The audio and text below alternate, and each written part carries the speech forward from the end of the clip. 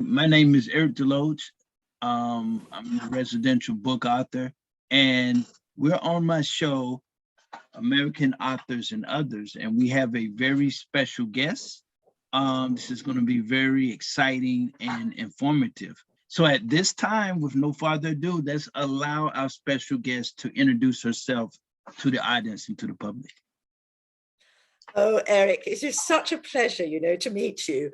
My name is Patricia Parker, and it's almost 21 years ago that I went to Sudan with my eldest son, because he was in his first full-time job as a diplomat in the British Embassy in Khartoum. And I went, well, as an innocent mother, to see my son celebrate his birthday and hopefully to paint. I wanted to paint. I had just cut down a lot of my charity work at home. I've always done things, as we do, and had actually set up a studio, and that was my plan. But things happened. It was quite extraordinary, Eric. I went out. I said while I was there that because it was so obvious, even in Khartoum, there were difficulties, that people were suffering. And remember, this is 21 years ago. It's much worse now, terribly. But then I said, children were suffering in Khartoum, and I said, I'd like to see how children are living when I come again. And I went back in March in 2001, and Alistair and I went out to Darfur. Now, I'd never even heard the name Darfur. Nobody had it that time. Darfur, I don't know if people know, is actually right in the center of Africa. It was a kingdom in its own right back at the beginning of the 20th century. It's the size of France, the size of Texas. It's absolutely enormous. And yet people don't even know the name. And anyway, we flew out there because there's one road, there's no railway. And we flew in a little plane. And as we came in over El Fasher, the regional capital, I looked out of the window and I was completely stunned because it was just sand as far as the eye could see. Tiny bushes, no leaves on them, just sand. And when we touched down, it turned out there was already drought. Now, drought 21 years ago was cyclical. We've just had 3 years in a row of drought, and yet there have been floods as well. So, global warming is really catching up. Anyway, we arrived, as I said, it was March, and so really should have been the spring of the year. And we set out in a 4x4 from the regional capital. And as soon as you get to the edge of this very, very small town, you realize there are no roads, just tracks. And the sand was pockmarked with people's footprints or footprints of donkeys. There's no transport. So people go either on donkey or you walk. And people were walking for water. Now, we bounced in our 4x4 across the sand, and we were about 90 miles north of the regional capital, in the middle of the desert, just flat everywhere we looked, scrub desert. And in the middle of nowhere, we found a little child, a 9-year-old. And he had a huge, big jerry can with him, a water container. A jerry can, when it's full, weighs 25 kilos. This was a little 9-year-old. And his job was to go and collect every drop of water that his family needed. It was a shocking thing. And we bounced across the sand to him and we said, are you lost? Can we help? What's happened? And he said, no, I'm not lost. I'm walking for water. And we said, well, how far are you walking? I mean, there was nowhere, nothing. We couldn't see anything. And he said he didn't know how far it was, but it took him 7 hours to reach the hand pump. 7 hours. And then he had to obviously fill it up and then turn around and walk back, carrying this 25 kilos of water. And frankly, I was appalled. We were actually with the water engineer for Save the Children, and I found that shocking because he said nobody walks 7 hours for water, perhaps 2 or 3. But I Right. thought 2 or 3 hours is not acceptable. Yeah, that's a And why? Oh, Eric, I mean, can you imagine us doing it? I mean, oh, frankly, it would kill me. It's heartbreaking, really heartbreaking. Yeah, yeah.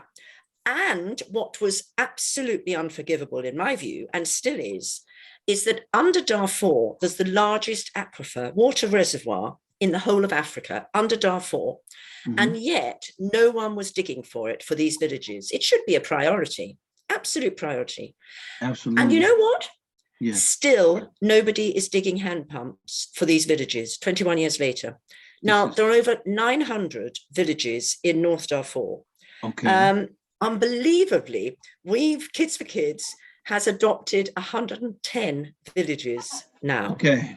That's nearly 1 million people actually have benefited from us adopting. That's incredible, isn't it? This is all because of that one little lad's walk for water, a little 9-year-old. Yeah. Now, I was so shocked to see this that obviously my first thought was, oh, for goodness sake, somehow or other, I could get the money. I will put a hand pump into his village. It seemed, you'd have to do it. Easy fix. You would be there. Anybody listening to this, every one of us would have said this. Right. But then I did something which actually was really out of character. I said, I must see his mother because I don't know about you. I mean, I love my children. I have 2 sons. I love my grandchildren. And the thought of a mother allowing her little 9-year-old, frankly, I didn't believe he could survive the heat of summer. Right. So I actually thought, what sort of a woman could allow her son to do that? I mean, I couldn't believe it. Right. Right. And we went to the village and the village said, oh no, she's not in the village. She's taken her children and she's camping away from the village. Okay. And she was camping in a dried riverbed.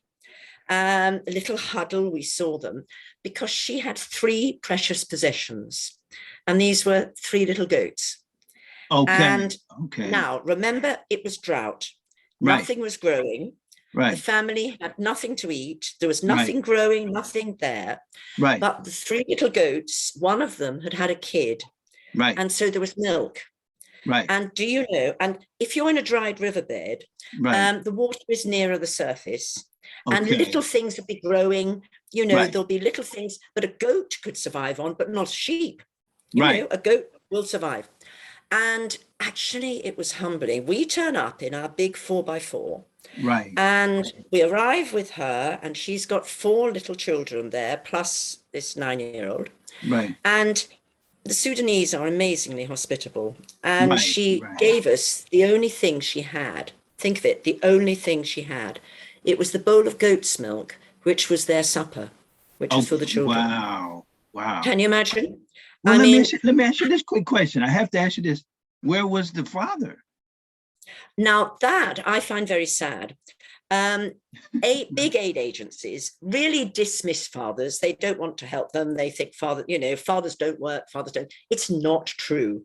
Right. My heart went out to the father because he had to leave, because if he stayed, he was taking he would have to eat food, taking the food out of his children's mouths. He'd have to, well, he had to leave. He had to leave to officially go for work. How he would find work, goodness knows. And of course, when he came back, he wouldn't know if his wife and children were still alive. My heart goes out to the fathers. And what's phenomenal is, I'm so proud of Kids for Kids. What we do, we now provide a whole package of basic things, which enable people to improve their own lives. Right. And actually, it means that, well, I haven't heard of it happening. The fathers don't leave their homes now. They're able to stay there. And of course, if they stay there, they can also work. They can go and get firewood. They can help with growing the crops. You must have the man there if you're going to have a viable family. Right. And if people have nothing to eat, the father has to leave. The father has to leave. He's got to go and find something. So, you know, I mean, we're all, I don't know about you, but certainly in Europe, we have this huge problem of refugees across the world. Right. And many of the Darfur, of the people who are crossing the channel to come to the UK are Darfurians. Okay. And people call them economic migrants. Well, actually, my heart goes out to them. You know, if you use the word an economic migrant, you could think it's somebody, oh, I don't know, going for a better job. Right, right. Actually, if they're from Darfur, and I can only speak of Darfurians, it's somebody who is desperate to get some money somehow to work, do whatever job it takes to be able to send money home for his family so they can survive.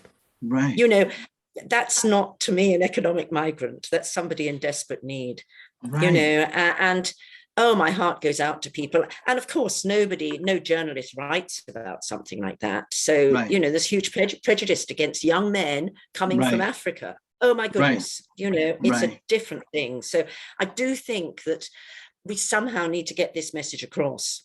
Anyway, so I have to tell you about the rest of Kids for Kids, because having met this mother, having been, you can imagine, none of us drank the milk. We sort of touched our mouths to it, but you couldn't drink it. Well, you probably was trying to save it. They needed the milk more than you guys needed the milk. Oh, and how it was there. You know, it's goat's milk is the only source of protein, minerals, and vitamins for the children. Now, the people are only, you know, you hear these words. I do hate jargon. You hear these words of subsistence farmers. Okay. What that means is that people only eat what they can grow. Wow. So if your crop doesn't grow, you have nothing to eat. Wow. If you have a good crop, and your crop in Darfur would be millet or sorghum, which is a form of wheat. Okay. Now, what is terrible, last year, because it was the second year of drought, the crops were, you know, not good at all. Not good at all. But people were only eating what they call acida. Now, acida is absolutely horrible. It's a sort of grey blancmange made out of sorghum or millet. And if you are better off, you can have a sort of meat sauce or vegetable sauce with it. Most families can't afford a sauce. So you just have sorghum, which is carbohydrate. And this is why you see a lot of children with very engrossed tummies, but actually they are severely malnourished.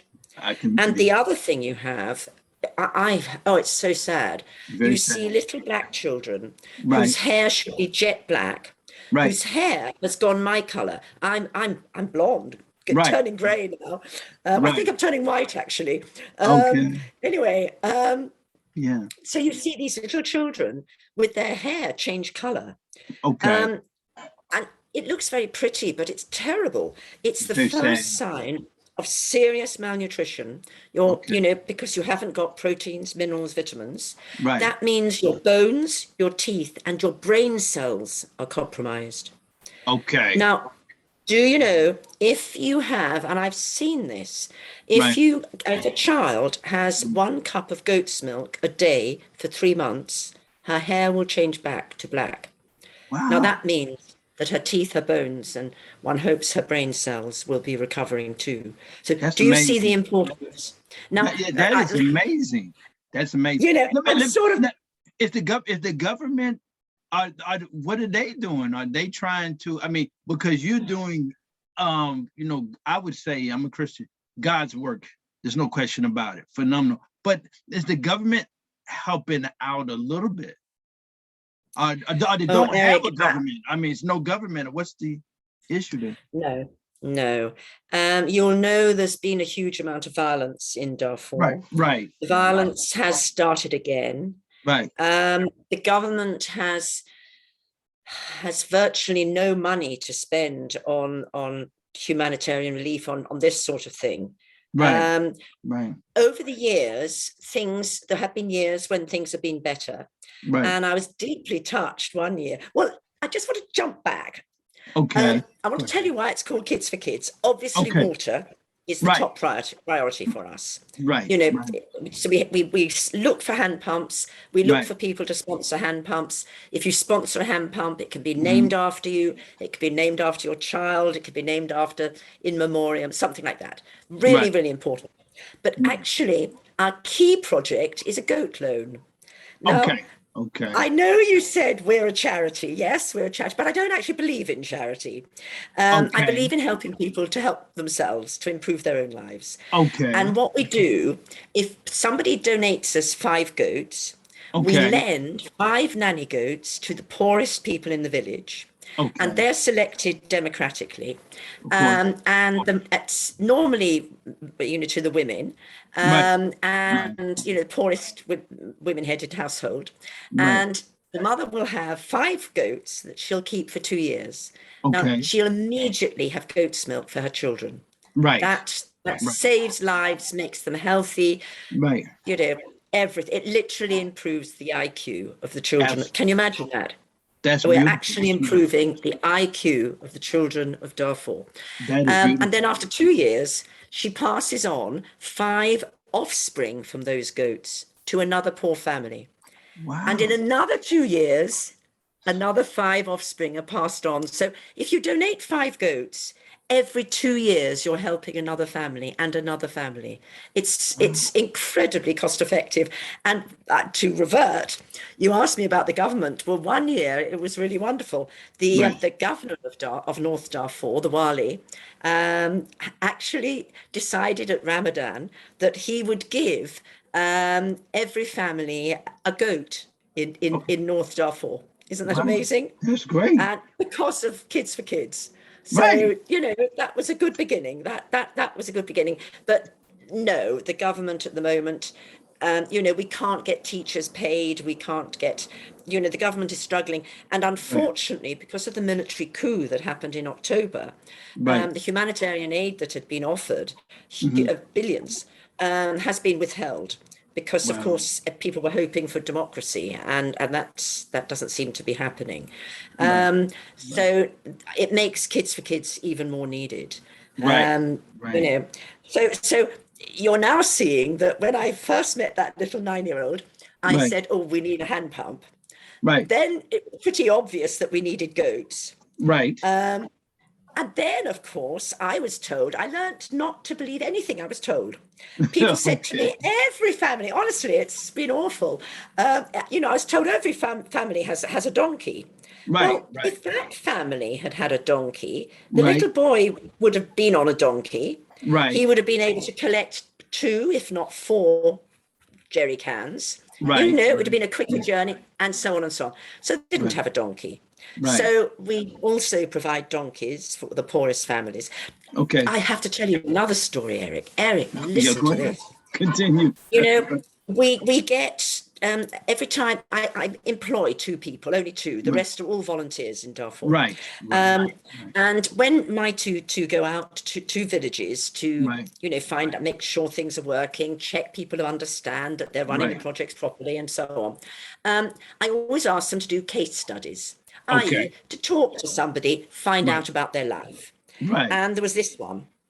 I went to a village, and the conditions have got from bad to terrible. So they went to this village, and remember, people live in straw huts. I'll come back to that as well. Straw huts. The little story of the 3 little pigs and the wolf. Well, here you go. Straw huts. And the children sleep on sand. I mean, it's, you can't believe it in this century. Anyway, they asked this lady about her life.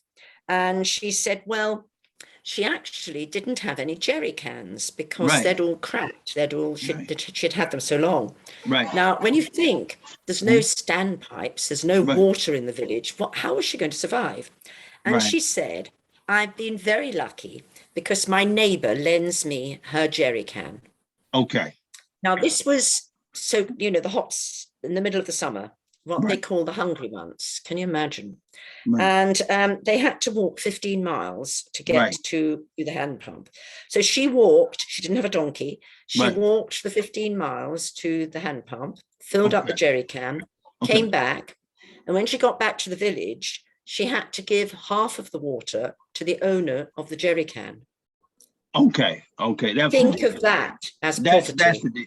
Yeah, that's the deal. That's, of course, but you think, I mean, you know, one jerry can isn't enough for a family, but to have had to give away, you know, half is just heartbreaking. So now, you know, each time I find there are more things that we need to do. So now for the last 4 years, we've been providing jerry cans for the poorest people because they can't replace them.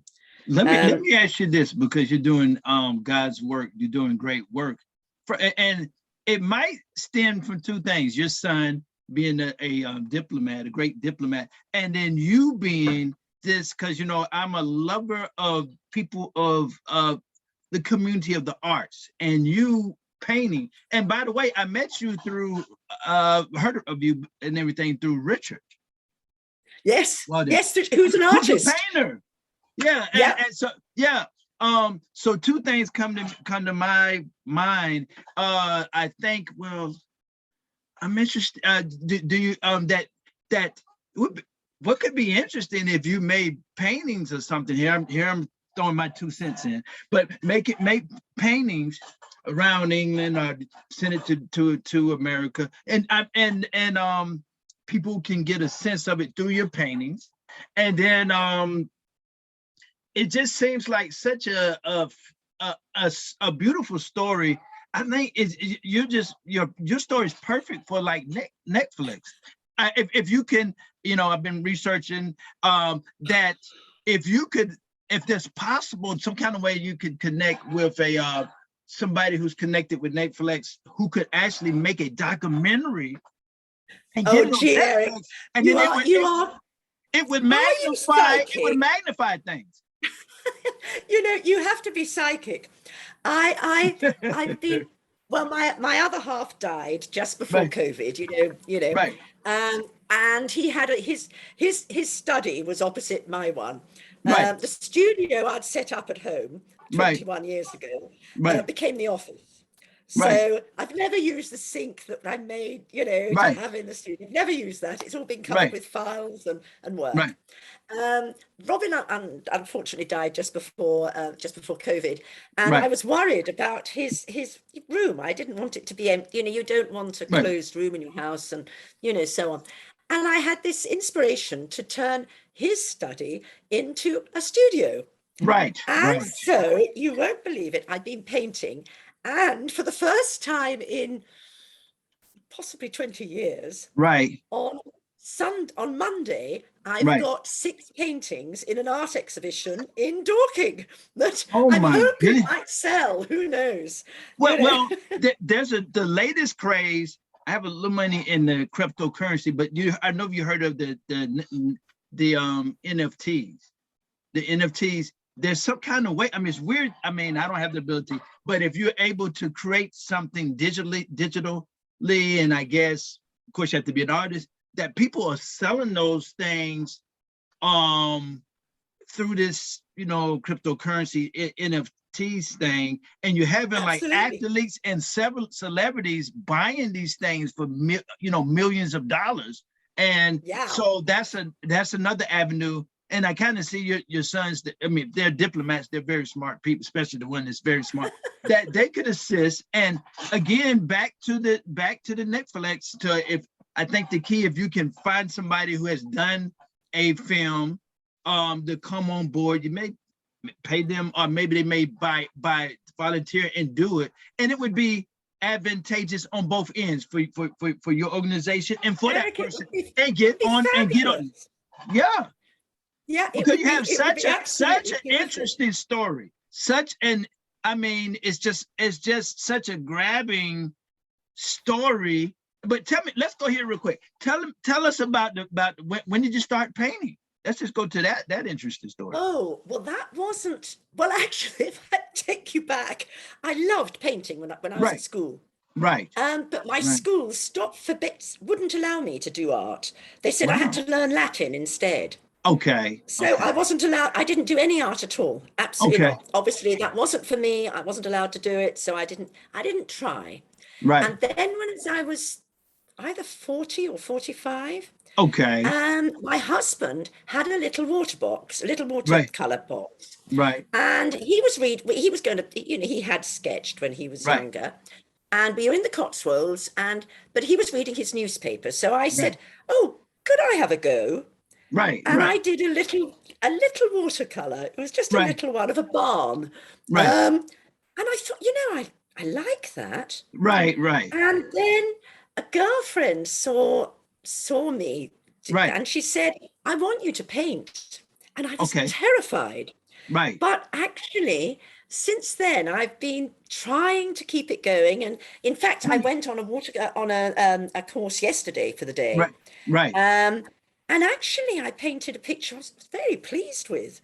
Right. It's the first acrylic I've ever done. I Right. don't like doing people, I prefer animals. I like Right. doing landscapes, the countryside I adore. Right. And in fact, this was a town with houses and people and Right. so on. And actually, it was great. I was Right. very Right. pleased.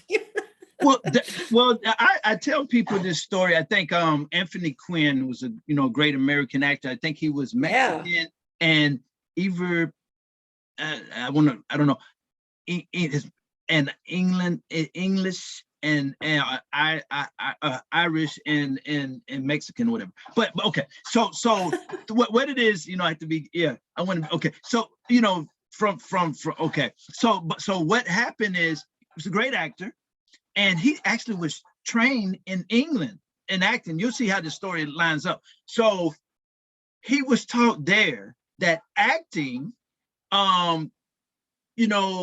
was viewed as one of the most the arts was viewed as one of the most important jobs in a society, because that would help a doctor become a better doctor. If they saw a film or whatever, they'll make the bricklayer lay his bricks, be inspired. So that was the beauty of the arts. Now he also he would make statues.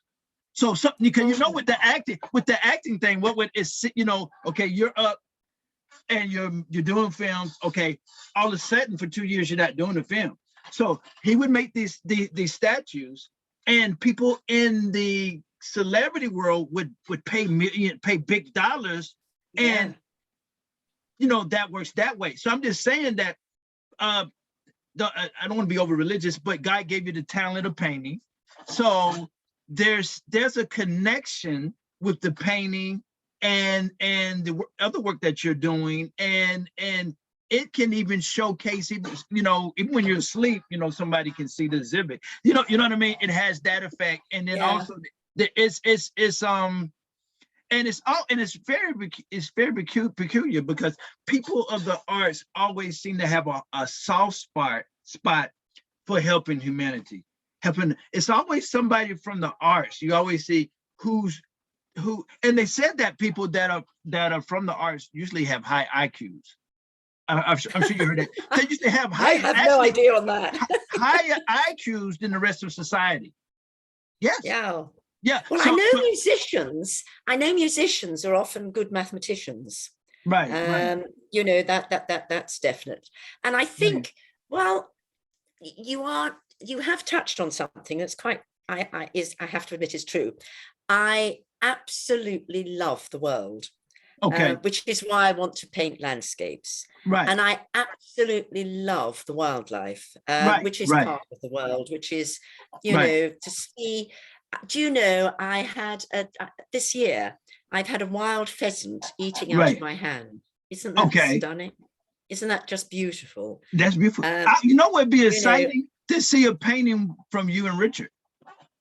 Well, Richard, I did I have to say, I have had one or two exhibitions, several actually, at my house. Okay. Because I've wanted to raise money for Kids. Right. And Richard came and sold some pictures with me. So, that was terrific. Yeah. But the difficulty is, well, I'm working really hard. Absolutely. Living on my own now takes much more time, Right. It's a big job trying to put on an exhibition. I need somebody to do it for me. And Eric, you better come over and, Well, I think your sons, especially one that was a diplomat, has a lot of friends. that would, you know, come and help out. Sound like you know, you use your son for something, you know. what I'm saying, well, you know, he's like just become back in the day in America, my grandfather was a farmer, and he had 8 kids or whatever on my mother's side. So they had these kids get out there in the field, you know. So I'm just saying that they could serve as your business individuals. You're the creative, and of course you're the overseer as well. But I'm saying that they can assist, and with their social connections. Yeah, that would be great. I'm afraid I think that would be wishful thinking. They're all terribly busy. You know, the son, the diplomat's son, is now the ambassador in Albania for Britain. So he's incredibly busy. He's incredibly busy. You know, so no, it's going to be me if anything happens. Or they can recommend someone, you know, somebody that they know that could, you know, help or something. Because I mean, it would be fun, wouldn't it? Yeah. I think the first thing to do is to get it on the internet. Yes, you know, we should get pictures on the internet. But let me take you back to Kids for Kids. Yeah, let's go back to Kids for Kids. The sorts of things that we do, because you know, we started with water, right. Then it was obviously goats and donkeys. But we've just said about me loving animals. It's also essential when you have animals that you have veterinary care. Right. And there was no veterinary care, no veterinarians in Darfur at all. Right. And so obviously we had to train what we call paravets, like paramedics, you know, for the animals. We obviously have to provide veterinary drugs. Because there's nothing in the villages. And then, oh, wait till you hear this. And then when I sat with the women and the young girls, I was asking about their lives, and it was actually quite shocking. The young girls were terrified of marriage, terrified of getting married because of childbirth.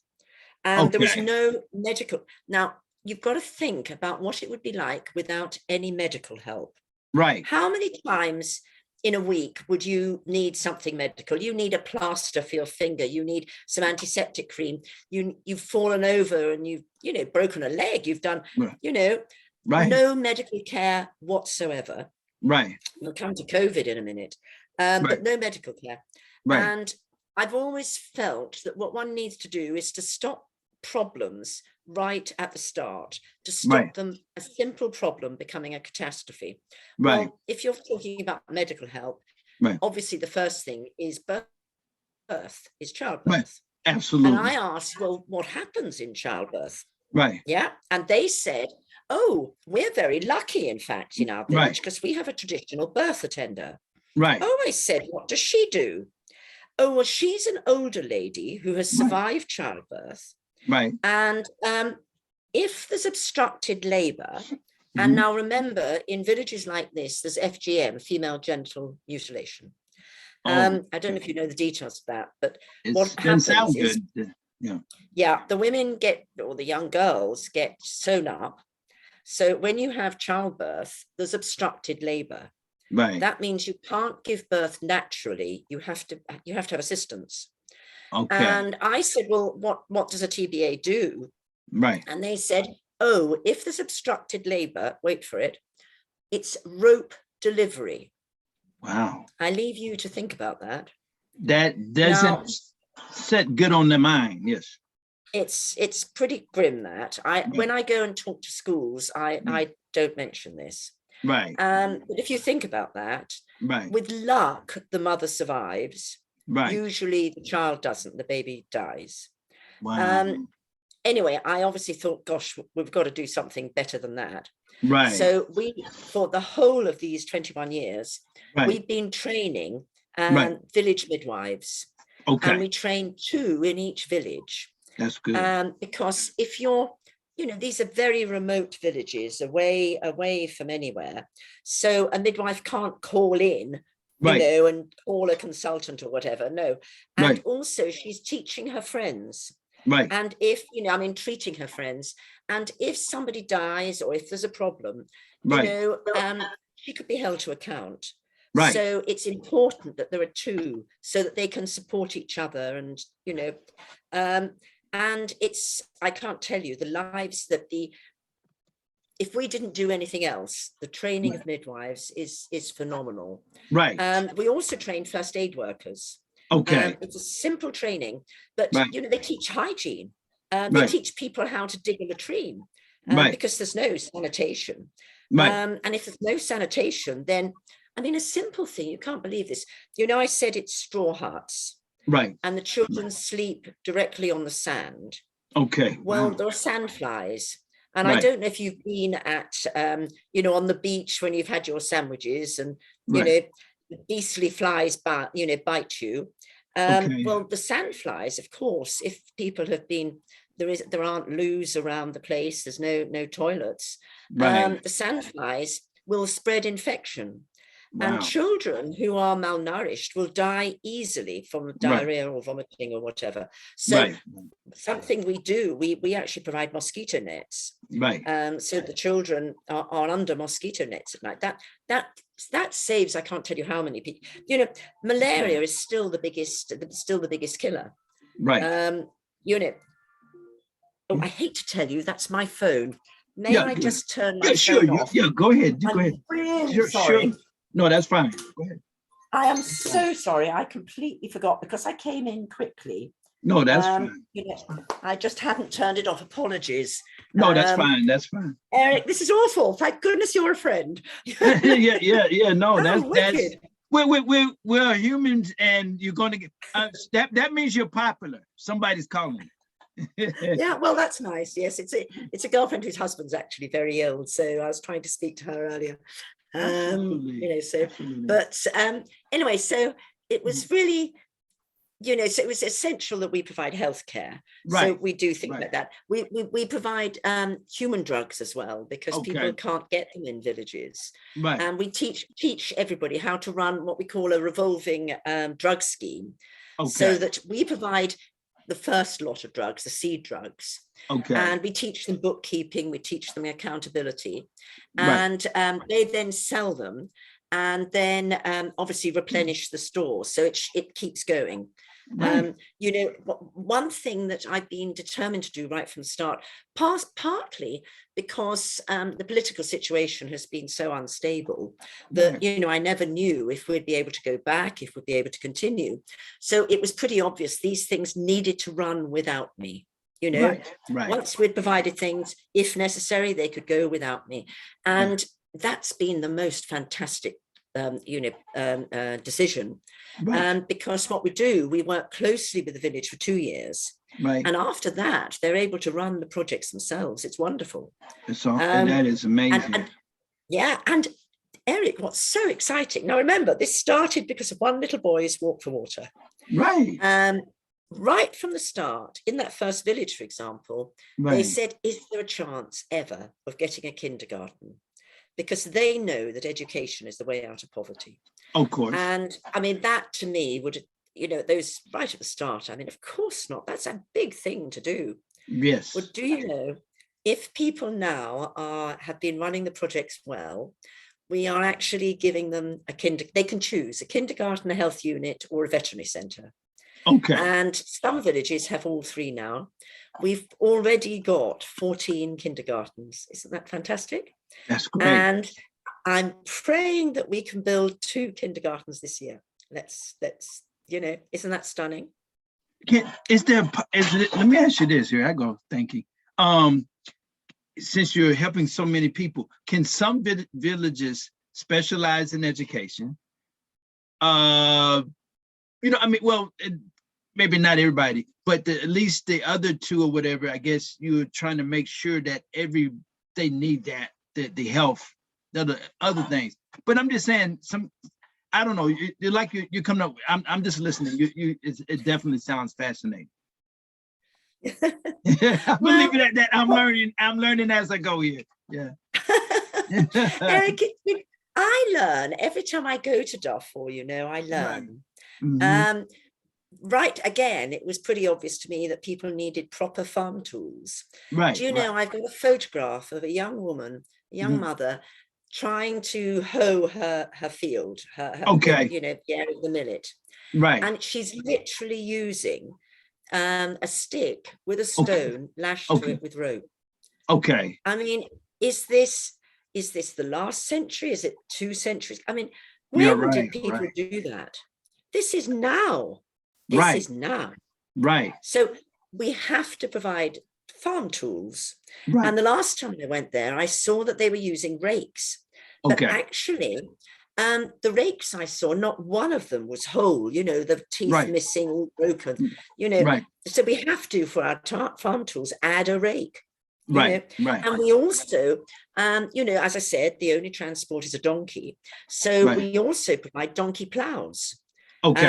Even a plow drawn by a donkey is better than no plow at all. And it's a little plow, you know, it doesn't plow deep, but it plows deeper than you know, people would dig. So, you know, it actually means people can grow vegetables. You know, these are very, very simple things, but it's very difficult to explain to people. For example, you've mentioned about Alistair being a diplomat. Alistair was working in Pakistan. Now, you and I know that India and Pakistan are very poor, aren't they? You know, we know that. We know that. So before I went, obviously I wanted to go and visit my son. But actually, I was quite reluctant because I thought, oh, I don't want to see any more poverty. I don't want to see people. And when we came back from Pakistan, I said to Robin, do you know, we saw people who were very poor, but I didn't see anybody as poor as the people in Darfur. In Darfur, to my mind, it's beyond poverty. You know, there's no rubbish because you don't have anything to throw away. Every single thing is used.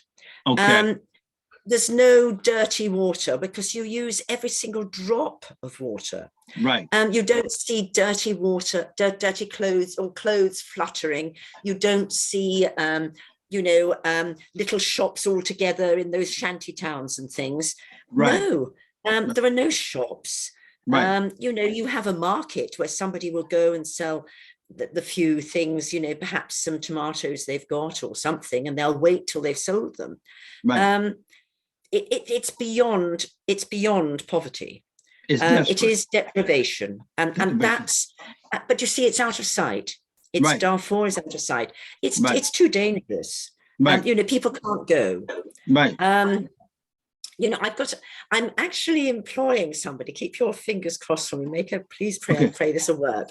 We've offered a job as an assistant for me to take over a lot of what I do. Partly so I can paint a bit, actually.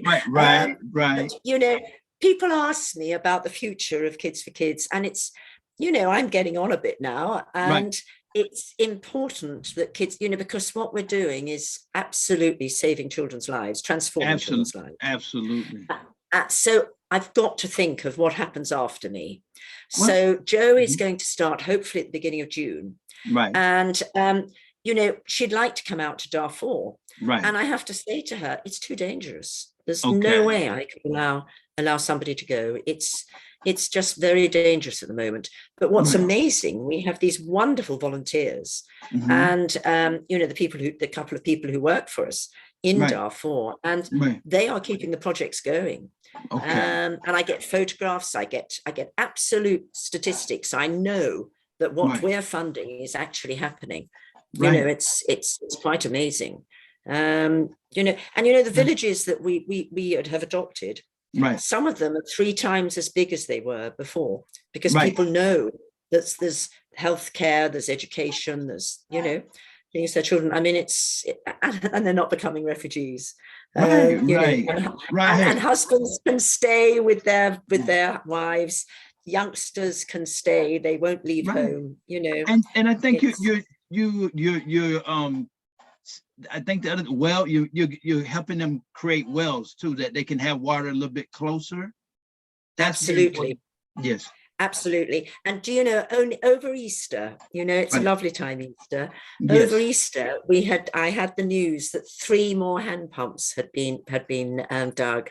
Isn't that, I mean, that's just stunning. You think what that means to a village. You know, it's, I mean, it's transformative. I mean, you know, if I had to walk half a mile, I'd find it impossible. You know, I walk 7 hours, and they're still doing that. I just really think that, just a thought that it's such a compelling story. I don't have the connection at this point, but if there's some kind of way you can find someone who's connected with Netflix that can put it on there, or some type of TV or on some streaming services. It'd be fantastic, wouldn't it? Yeah. Yeah, and I think it would bring more attention, and people just hear it. It's very compelling. Yeah. It's a very compelling story. Mm-hmm. Well, I don't know if you've seen on our website, we have got a film that was made a few years ago now, that Joanna Lumley is narrating. Okay. And when you turn it on, there's on the website, there's a 3-minute version, but we also have an 18-minute version. Okay. And the 3-minute version, well, both of them, when it starts, just listen very carefully, just right at the start, and you can actually hear the wind blowing across the deserts of Darfur. And you realize, you begin to realize what it's like to be in Darfur. Absolutely extraordinary. But before we go, I suppose I ought to tell you, we've talked of violence and so on, that my son and I were actually captured by rebels at one stage. I don't know if how did you wait a minute. So how did you get out of that one? Well, it was actually extraordinary. Why I mentioned it then was because I was remembering the bleating of a goat. I was very lucky. They thought that we were spies. And so it was quite dangerous. And it turned out that the leader of this group had actually killed 2 Save the Children people 3 weeks before, because he also thought they were spies. Okay. So it was very dangerous because he thought we were spies. But we were very lucky because we were kept all day we were taken a long way away, and we were in the middle of nowhere. And I said I wanted to see the leader. We'd been kept by a little hut with some guards. And by the way, I was drawing them. Okay. Anyway. Yeah. So I asked to see the leader. So we were taken to the leader, and it was pitch black. Of course, no electricity, nothing in a village like that. So it was pitch black, and the moon hadn't risen. And there were many, many soldiers there, all with their Kalashnikovs, all very, very tense. They thought we were going to be killed. And the leader dragged me down on the sand. And then he grabbed my arm, and not gently. And he said, "You realize I could have you killed, and not even your son could save you." And I laughed. And I said, "Oh, but of course I realize that." But I said, "I know I'm perfectly safe because I know about Sudanese hospitality." And do you know what I was thinking of? I was thinking of that mother who had given us her one possession, that bowl of goat's milk. And do you know, it was quite extraordinary that Salabob, the leader, carefully put my arm down. He was grabbing it, and he put my arm down, and he said, "You're my honored guest." And I think that I had reminded him who he had been. He had been a father, a husband, a farmer, and the Janjaweed, the devils on horseback, had ridden into his village, and they had macheted his wife and his children to death. And he said, we ran, only the fastest escaped. And this was 2 years before this had happened to him. And he said, "These are the clothes I was in then. I just ran." And he had nothing to lose by killing us. But somehow I had reminded him who he was, who he really was. And it was quite extraordinary. And they then took us, to a sort of safe area. And then they said, oh, I know, we were standing with them. And I heard this little ma behind a fence. And I said, it's a goat. And I said, "Oh my goodness, we're not going to have that, are we? We're not eating goat." And they did make me laugh because they said, "Oh, no, you're having chicken and pasta." Well, of course, we had goat in every shape and form that we could possibly have. Right. I never dare tell children that, because of course our goats are precious. Right. But goodness, we were hungry. Right. Still. And do you know the amazing thing, that leader gave us safe conduct to a village called Tura, so that we could dig a hand pump for the school that was there. Isn't that amazing? So far from killing us, he actually, found that kids was something he wanted to help. Pretty amazing. It was due to your bravery.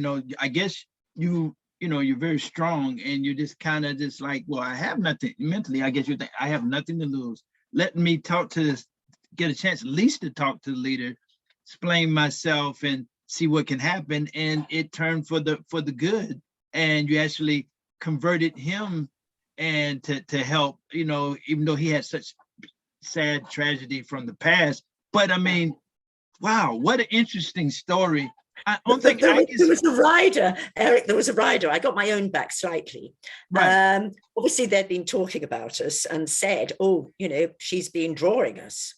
And the soldiers, once they'd seen one of my sketches, I don't normally do people, as I said, but I kept praying, "Oh, let me make them good looking." Right. Anyway, so the captors, when during the day, they'd been sort of lounging around looking very macho, so that I'd choose them to draw. Anyway, the next morning, the leader came to us and he said, "You haven't asked to draw me." And so I said, "Oh, well, Salabob, yes, all right, I'll draw you." So he was sitting down, but he wasn't sitting still. Right. And I said to him, "Salabob, if you don't sit still, I'm going to ask your guards to hold you still for me." Which I did enjoy. He started laughing, right? Yeah, absolutely. Yeah, it was fine. It was, yeah. It's nothing like, I guess, English wit to save the day. Well, it wasn't, it was, my heart went out to him. He had lost everything. He had lost everything. And yes, he had killed people. Right. And, but look at the world at the moment. Look at the world at the moment. It's just upside down right now. Yeah, absolutely. But I'm just saying that was, I mean, again, I kind of urge that, if possible, such an interesting story, of so many interesting stories, from painting to actually helping a village, to converting somebody that had gotten into a bad space of being confused, that that he needs to actually help people instead of just in the line of work. I mean, and what he was doing. It seems like this is definitely perfect for Netflix or some type of streaming service. You never, and then here I am.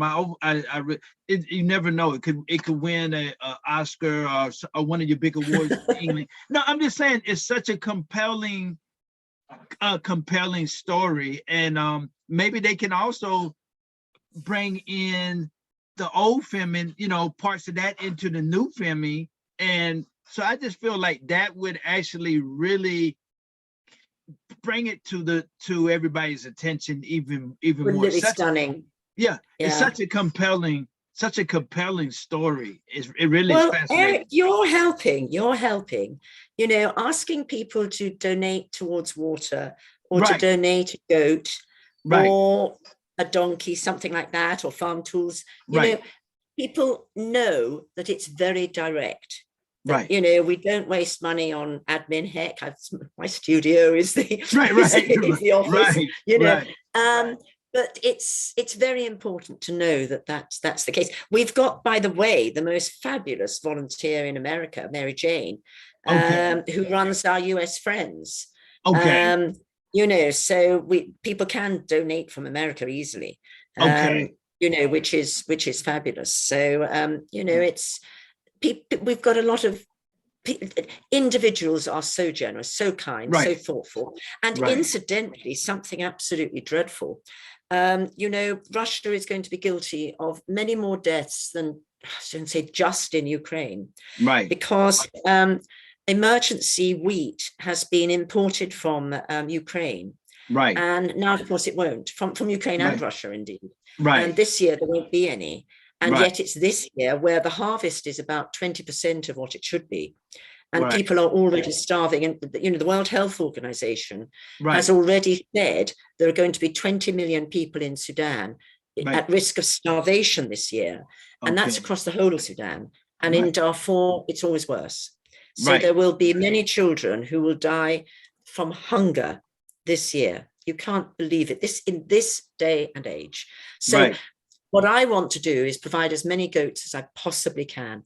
I need to make sure that we look after those children. We don't let children's hair, you know, lose its color. We don't want children to die, you know. So honestly, Eric, what you're doing, you know, by spreading the news and, you know, helping and giving me ideas as well. I shall see what I can do. You've re-inspired me. It's a Netflix. It's a Netflix. Great. And something the BBC. It's just. It has that enormous appeal and such an inspiring story, and really shows one person's determination and caring for not a person but a group of people that you're not even, you know, that are not your people, if you know, but you see them as human beings and you want to help your fellow man, exactly. That's man or woman. And it was just fascinating what you were able to do with that leader, and you see how powerful painting is. He's like, well, you didn't paint me. Yeah, exactly. You see how human people really are. By the way, he did look good looking, you know, so that was all right. Yeah. He liked his picture. Yeah. You know. Ooh, that is so awesome. What I'll do on my end, of course, it'll get to the organization, and then it'll get this film. I'll put it out everywhere I can put it out, and definitely you will get a copy of it and use it at your disposal, however you want to use it. And brilliant, we'll use it. Yeah, and it's just I will continue. You know, I'm gonna, biggest thing is to pray and continue to you know, God shines you with the different ideas and your success, and you're doing so well. And really, Eric, I've had an idea. You might mention to people that something I do, and of course these days we have this wonderful thing that you and I are doing right now, is we're reaching across the world with a Zoom. Well, I do Zoom presentations of a PowerPoint. Absolutely anywhere. And one of the things I love to do particularly is to do it for churches or to do it for children, you know, in schools. It's very educational, you know, and one of the lovely things is to be able to show children how people their own age are living elsewhere in the world, and yet with the same aspirations. You know, they want education. Actually, you know, I'd love to have children with toys. No child in Darfur has a toy. You know, so, you know, I'd like children to see what it's like. And even the youngest actually realizes, yeah, I could raise money for a goat. I could do that. You know, and it's a lot of things. So if anyone would like a Zoom, you know, get in touch with me. Absolutely. You know. And I'm actually, there's two other comrades of mine that have even bigger audiences. So I'm going to give me a you know, less than a week or whatever. I'm going to give you their information, tell them about you as well, and then you'll be able to get on those programs as well. Oh, Eric, I'd love it. And Eric, come to the UK and I want to show you all my pictures.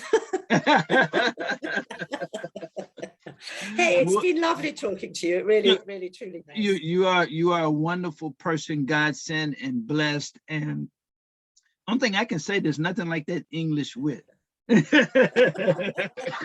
So Eric, you have to meet you. Yes, enjoyed to meet you. Yeah, and you have a blessed day, and continue doing what you're doing. You're doing God's work, and you're making a difference.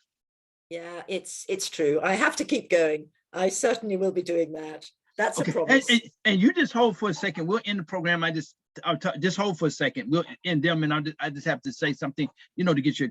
Okay, hold on. So everybody, we're going to end the program now. You have been thoroughly blessed and informed on what's going on in Darfur, and you see this wonderful, lovely lady who has really given everything, almost her life. Thank God she didn't.